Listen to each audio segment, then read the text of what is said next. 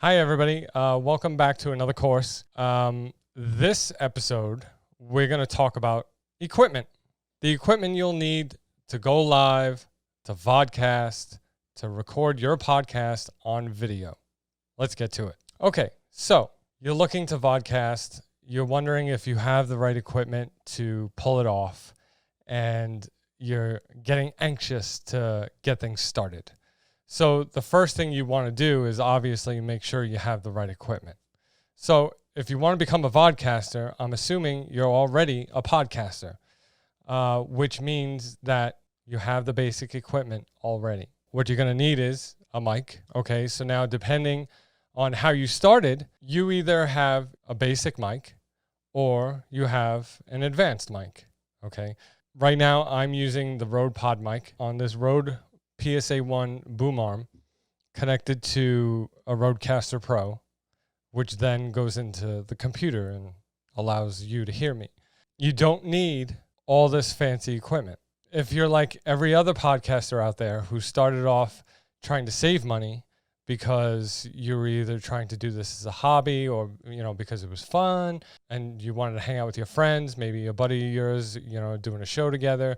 So you wanted to save a little bit of cash, and you picked up one of the cheaper mics, which is this one. This is the Audio-Technica ATR 2100. Okay. This is the basic mic that everybody buys when they first start. Okay. It's got USB connection along with XLR and a volume control and a headphone jack right there. So not only can you connect this microphone to your computer directly to your computer via USB, but if you do upgrade or if you have the extra cash laying around and you pick up a mixer, a Rodecaster Pro, or maybe something else, any kind of mixer, or an amplifier, then you can connect it with XLR. So that's what I'm connected to with this Rode Pod mic. This Rode Pod mic only has XLR capabilities. It does not have all the other stuff that the ATR 2100 does. It just has XLR, no headphone jack, no USB, no volume control on it. That's about it. The Rode Pod mic does have a built-in pop filter, which dampens the plosives. So again, if you're a podcaster, you know what I'm talking about. With the ATR 2100, you would have to get an attachable pop filter that goes on top, or, one of those screens that go in front of the microphone. You can get one of those. They discontinued making the ATR 2100 because when I first started podcasting, I had bought two of them. And then like a month later, they discontinued them. And they started releasing the ATR 2100X, which is basically the same microphone, except now it's USB-C, which gives it's for higher analog and digital conversion. They upgraded the connections and the quality that the microphone puts out, which is great. I mean, I don't have the ATR 2100X, but I'm sure it's a great microphone. This ATR 2100 basically it's perfect. It's lasted me the whole time I've been podcasting and vodcasting. We still use it here in the studio. So yeah, they discontinued the ATR 2100. They upgraded it to the ATR 2100X.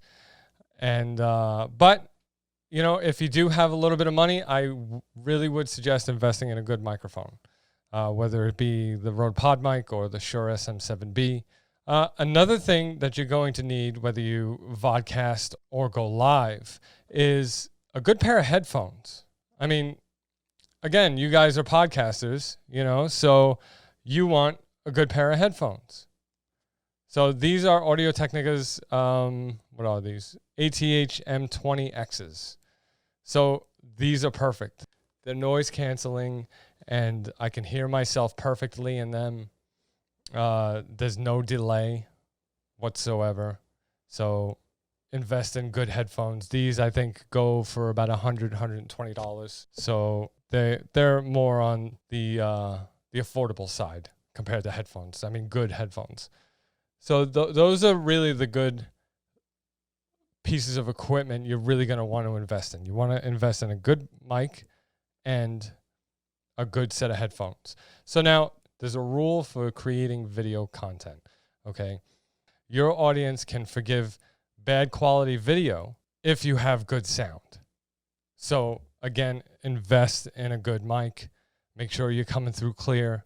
Make sure, your voice sounds really good, that the quality of the audio is as good as it can be. And if you don't have the best camera, then people aren't really going to notice. It'll be all right. Which brings me to my next piece of equipment. Okay, so you're looking for a camera. Now, cameras, you can get a webcam, you can get a DSLR, you can get a GoPro, but you can connect DSLRs and the webcams and the GoPros to your computer and use them for streaming, and that's great, okay, if you have the money, again. But on the cheaper side, everybody has one of these.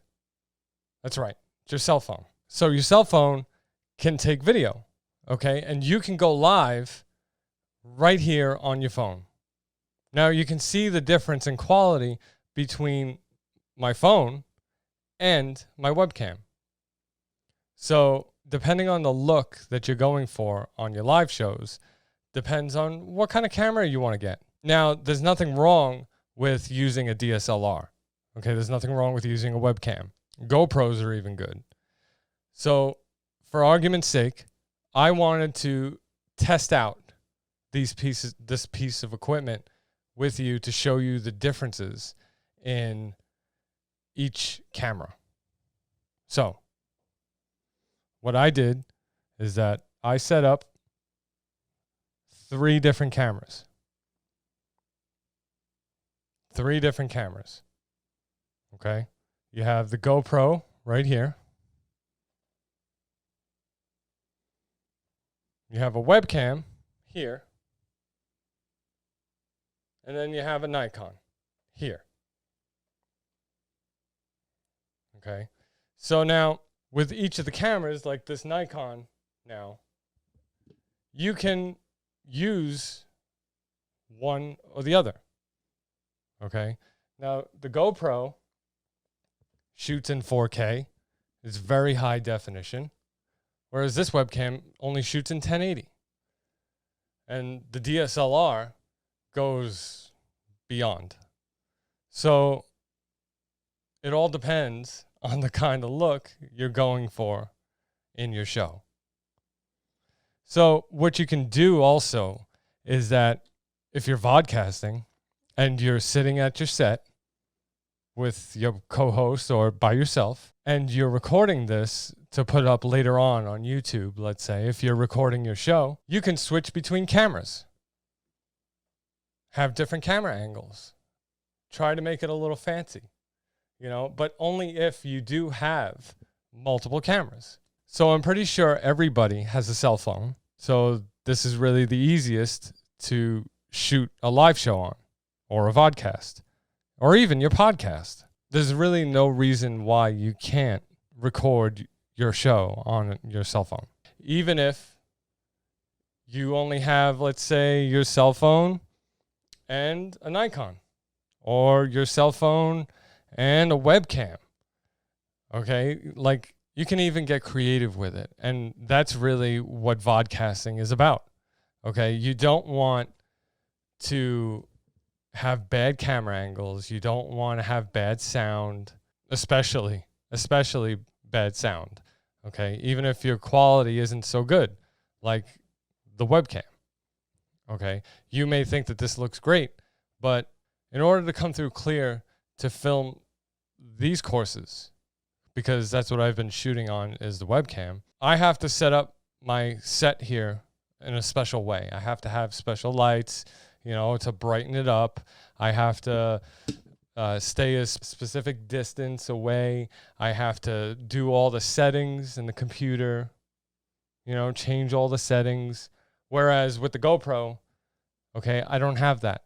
It shoots in 4K, it's wide angle lens, and I just put it up and I go. Again, get very creative with it. Now, I know not a lot of you can afford different cameras. And again, that's why I suggest using your cell phone. Okay, cell phones are easiest. They're in your pocket. Nowadays, they're shooting high definition. You'll get great sound, great clarity, especially if you use the earbuds. If you have an iPhone, you use a pair of earbuds, you'll be all right. So showing you all these different cameras gives you a little peek behind the curtain, so to speak. Okay, it shows you that there are so many different things that go into the production of a live show. Okay, you see my notes here. Okay, you got 3 different cameras all on tripods. Okay, so it's like what you see in the regular show is this. And if this style of handheld is how you want to go during your show, then it's a great look. It all depends on style. You can go for the expensive cameras like the Nikon or a DSLR and the GoPro and get great quality video.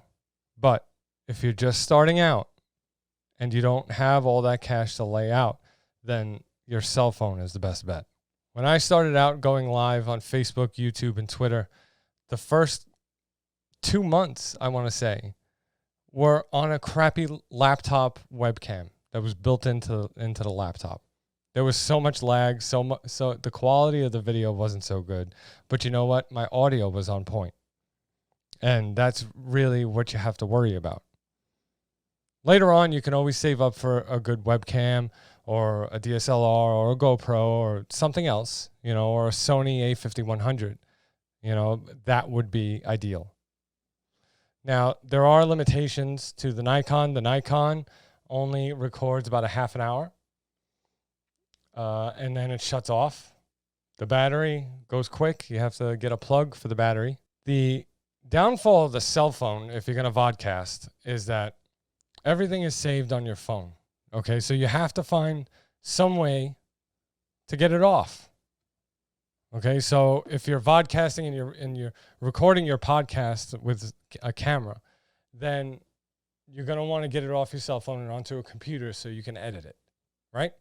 Right. Okay, so what you have to do is that you have to get maybe a cloud account, maybe Microsoft OneDrive or Google Drive, one of those, and upload to the cloud. So it's really not that big of a deal, but if you're going to do multicam episodes, okay, then it's a hassle getting the video off the card for the Nikon. It's a hassle getting the video off the card for the GoPro. And it's a hassle getting the video off of the phone. So either way, it's work. But the webcam saves your video directly onto the computer. You don't have to worry about it. And that's that. So I hope this helped. I hope this helped clear up a few questions that you guys had as far as recording. So you have to get a microphone, get a good microphone. You probably already have one because you're a podcaster. Okay, so after that, get a good pair of headphones, nice little boom arm because you don't want to be holding the microphone, and a cheap camera. Okay? Like I said, doesn't have to be really expensive. It could just be a webcam or your cell phone. Use your cell phone.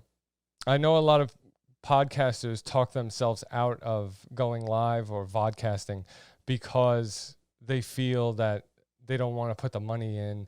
They don't want to make the investment so early on, or, maybe they're just afraid to go live because it's a camera.